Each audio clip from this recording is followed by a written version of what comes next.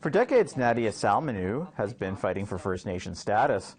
My grandmother and my mom applied on my brother and I's behalf and my cousin Royce multiple times since my childhood, and multiple times we've been turned down by the Government of Canada. This is because her great-grandfather chose to give up his status so that his children could avoid going to residential school. He was one of many who chose enfranchisement to gain rights First Nations people lacked at the time, such as voting in Canadian elections or owning land. The government did away with enfranchisement under the Indian Act in 1985, but the discriminatory policy continues to affect thousands of Canadians, such as KATHRYN Fournier. She has status, but her 3 children do not because her grandfather wanted to vote. They mostly lived in on reserve or sort of in unincorporated areas of the Indian country. But then when they moved to Kenora, it was a place, I guess, where he could vote if he wasn't an Indian. So he enfranchised. Salmaniw and Fournier are part of a Charter of Rights challenge against the federal government filed in the BC Supreme Court last summer. Ryan BEATON is their lawyer.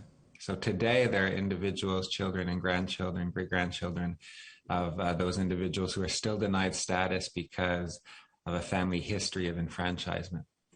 And we've said that's discriminatory. Last week, the federal government announced it had reached an agreement with the plaintiffs to put litigation on hold. Indigenous Services Minister HAJDU says the government plans to introduce legislation by the summer.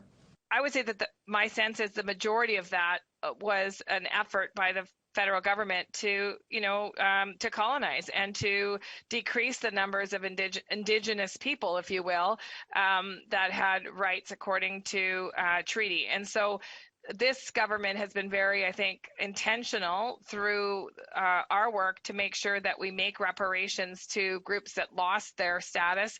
Salmaniw says it has been a long and painful process in trying to gain status, but says she is more determined than ever to see it through.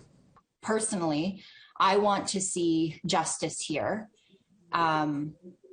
for every single person, every single Indigenous person who gave up their indigeneity in a forced way. Fraser Needham, APTN National News, Ottawa.